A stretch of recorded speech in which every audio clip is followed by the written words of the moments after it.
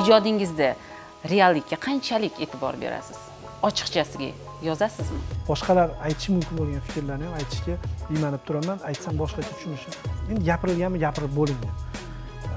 Boshqa odam bo'lishga haqqim yo'qligini ham his qilaman. Esimda yo'q demoqchimisiz endi? Qaytmoqchisiz? Angliya Premyer Ligasini, Yevropa chempionatini gaplashib turib, o'zimizning o'zbek chempionatini ham gaplashaylik degan yo'q. Bo'pti, qanaqa o'tdi? Qanaqa siyosat bo'lsa? Yo'q, farqi yo'q, gapiravering. Shu chiroyli o'xshatish qildingiz. U hech qayerda yo'q, o'zimda bir qissa yozmoqchi bo'ldim. Baribir bir narsa bilan ifodalash kerak. Isyonkor shoir deyshadi sizni. Endi 10 yil oldin bunaqa yumshoq joylarda o'tirmadim.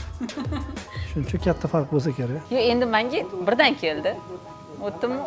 Abdulla akaga o'xshab turib, odam bolasi. Kitob qo'ygansiz. Odam bolasi yozolmaydi. Qaysi she'rni yig'lab yozgansiz? Bor yig'lab yozgan she'rlar. Amayli javob beraman shu qog'ozga. Bering endi, yo olib tashing bu savolimni. Yo'q, o'zi anaqani bera qoling. Chunki boshqa tushunishlari mumkin hozir.